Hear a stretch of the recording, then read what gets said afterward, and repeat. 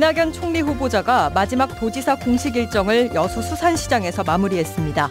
시장 상인들은 성공한 총리가 되기를 환호와 박수로 기원했습니다. 5년 전 오늘은 여수 세계박람회가 개막한 날입니다. 아직까지 답보 상태인 사후 활용 문제가 이번 정부에서 새로운 돌파구를 찾을지 주목됩니다.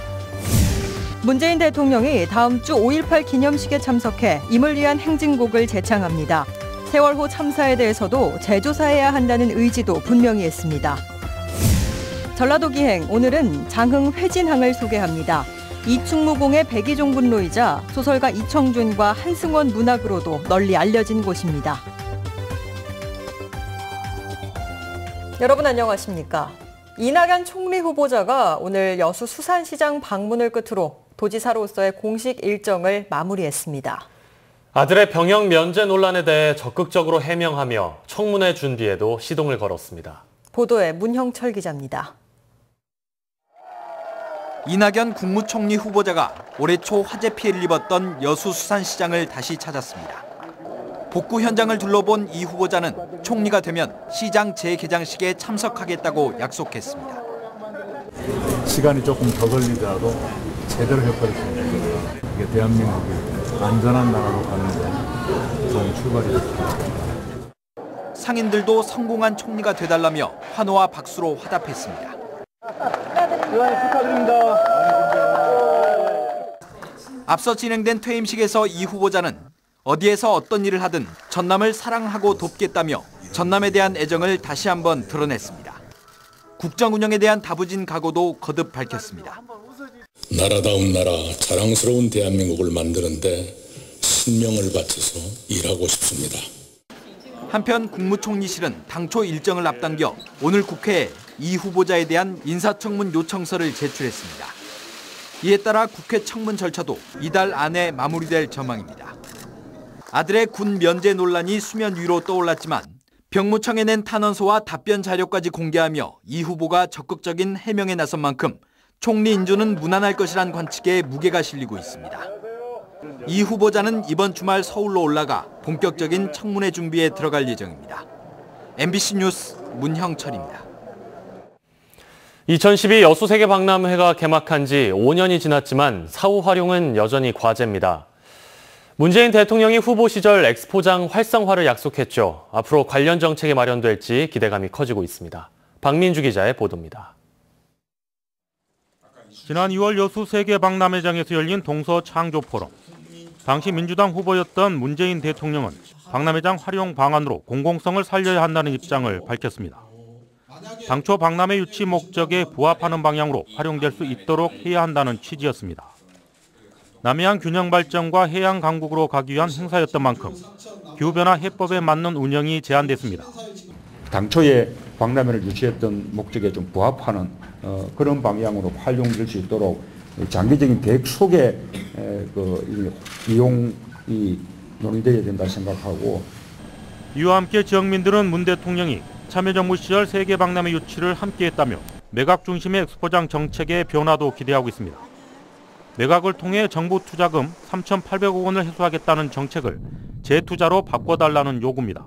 3,800억을 회수하지 않고 박람회장에다가 재투자하는 걸로. 근데 이것은 우리 여수 지역의 시민사회단체의 의견이 충분히 반영된 그런 것이고요. 엑스포 정신과 가치를 실현할 수 있는 기후변화 당사국 총회 유치도 건의하고 있습니다. 청소년 해양교육원에 이어 해양 관련 정부기관의 추가 유치도 활성화의 한 방안으로 제시하고 있습니다.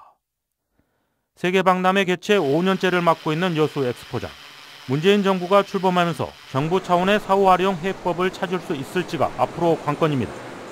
MBC 뉴스 박민주입니다. 문재인 대통령이 취임하자마자 호남에 대한 약속을 실천하기 시작하면서 지역사회의 기대감이 커지고 있습니다. 문재인 대통령은 취임식 당일에 이낙연 전남지사를 국무총리 후보자로 지명함으로써 후보 시절 시사했던 호남 총리 약속을 지켰습니다. 또 취임한 지 사흘 만에 임을 위한 행진곡을 5.18 기념식 때 재창하도록 지시하는 등 약속들을 조기에 실천하면서 호남 공약 실현에 대한 기대감을 높였습니다. 올해 5.18 기념식에서는 임을 위한 행진곡을 부를 수 있게 됐습니다. 문재인 대통령이 직접 지시했는데요. 문 대통령이 후보 시절 했던 약속들을 실천하면서 국민들의 기대감이 높아지고 있습니다. 송정근 기자입니다. 이물리안 행진곡이 9년 만에 5.18 기념식장에서 재창됩니다.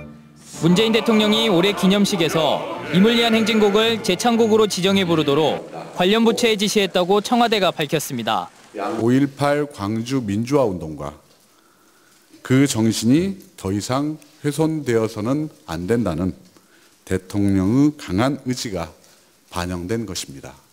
박순춘 국가보훈처장의 빠른 사표 수리와 함께 재창 지시 소식에 5.18 단체는 일제히 환영했습니다.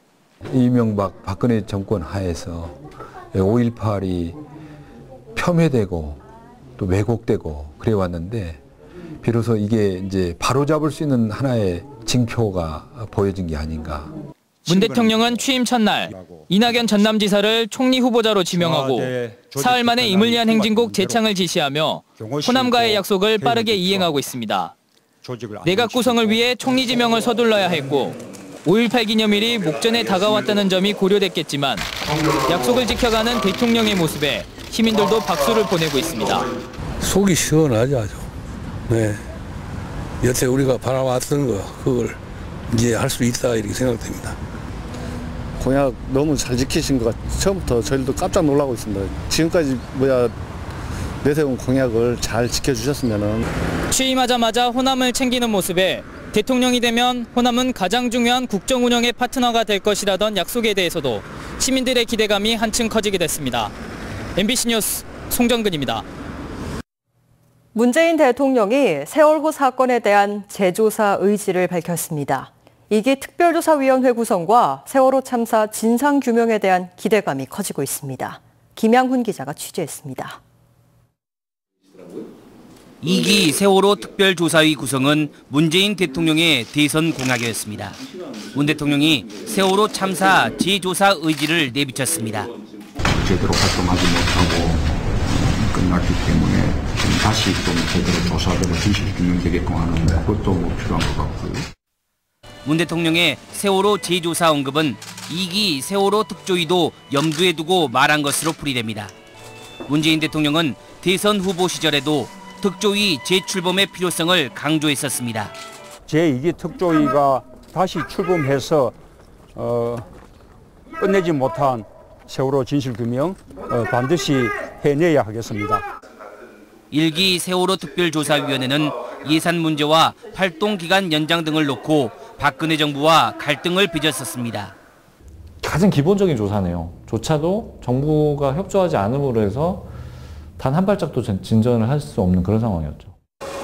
2기 세월호 특조위가 출범하면 1기 특조위 조사 방해 의혹도 조사 대상에 포함될 가능성이 높습니다.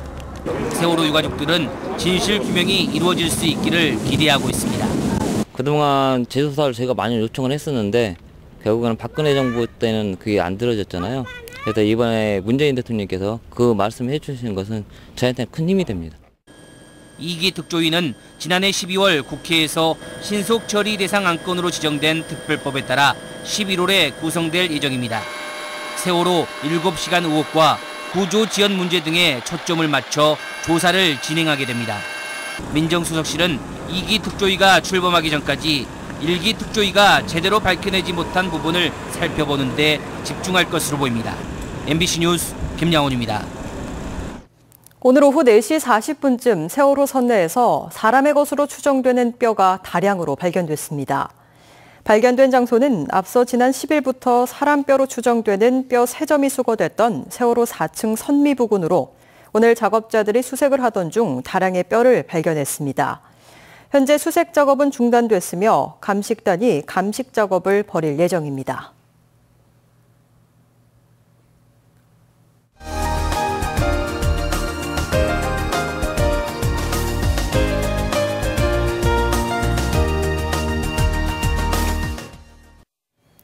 장흥군 회진은 충무공 이순신 장군의 백이종근로 그 끝이자 소설가 이청준과 한승원의 문학으로도 유명한 곳입니다.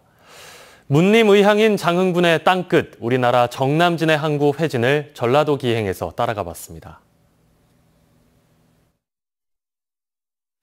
바다를 향해 우뚝 솟은 야산에 성곽의 흔적이 남아 있습니다. 1490년 축조된 수군 만호진성으로 백의종군하던 충무공 이순신 장군은 이곳에서 병력을 수습합니다. 신에게는 아직 12척의 배가 있습니다 라는 장계를 올린 충무공은 패진 백성들을 징발해 수군을 재건합니다. 수군 재건로 끝자락에 회령진성에 올라서면 등량만에 탁 트인 바다가 한눈에 들어옵니다. 명량해전을 승리로 이끄는 그런 과정에 만호성이 있었기 때문에 어찌 보면 새 출발의 그런 기점이다. 회령진성을 뒤로하고 한제공원으로 오르는 길. 전국 최대 규모의 할미꽃 군락이 눈앞에 펼쳐집니다. 할미꽃이 피고 진 흔적을 따라 솜털처럼 꽃씨가 맺혔습니다. 6.25 전쟁 전후로 민간인 희생의 역사를 뒤로한 채 한제공원을 넘어서면 소설가 한승원, 이청준 선생의 문학터로 이어집니다. 이청준 선생의 소설 선악동 나그네는 임권택 감독의 영화 천년악으로 각색돼 회진 땅 선악동의 유명세를 더했고 작은 영화 세트 하나를 남겼습니다. 등량만의 청정해역은 회진이 보유한 또 다른 보물입니다. 노력도로 이어지는 해안도로를 따라 달리다 보면 전남 최초로 개장한 해양낚시공원이 모습을 드러냅니다. 감성돔과 숭어 등 철 따라 바뀌는 고기를 잡기 위해 수많은 바다 낚시객이 이곳을 찾습니다. 산란 지역이다 보니까요, 고기가 참 많이 나오는 지역이거든요. 그래서 손님들도 많이 오시고 정말 좋아하십니다. 그리고 이 가족 나들이 하러 오신 분들이 많이 오시고 하나씩 잡으면 정말 좋다고 이렇게 말씀하십니다.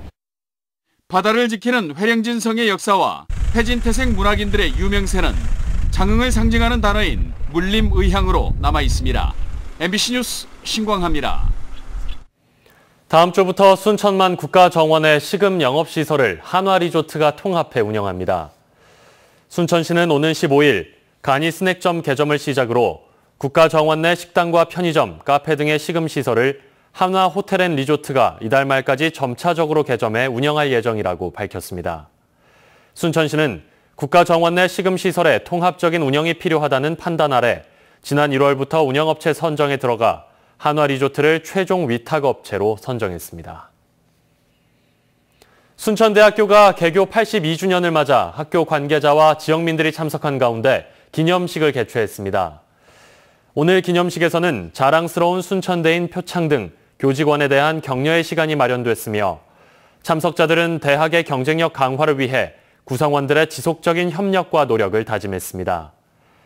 1935년 공립농업학교로 시작한 순천대는 지난 1991년 종합대학으로 승격했으며 최근 정부의 평생학습 지원 사업에 선정되는 등 지역민들을 위한 다양한 교육 사업을 펼치고 있습니다. 순천시의회가 오늘부터 오는 19일까지 제213회 임시회를 개회합니다. 오늘 본회의에서는 이옥기 의원이 발의한 부도 임대주택 임차인 보호를 위한 특별법 제정 촉구 결의안과 정철균 의원의 지방분권 현실 촉구 결의안이 채택됐습니다. 이번 임시회에서는 오는 15일부터 이틀간 임종기 시의장을 비롯해 유해숙, 허유인, 김인곤, 이봉남 의원 등이 시정 질문에 나설 예정입니다.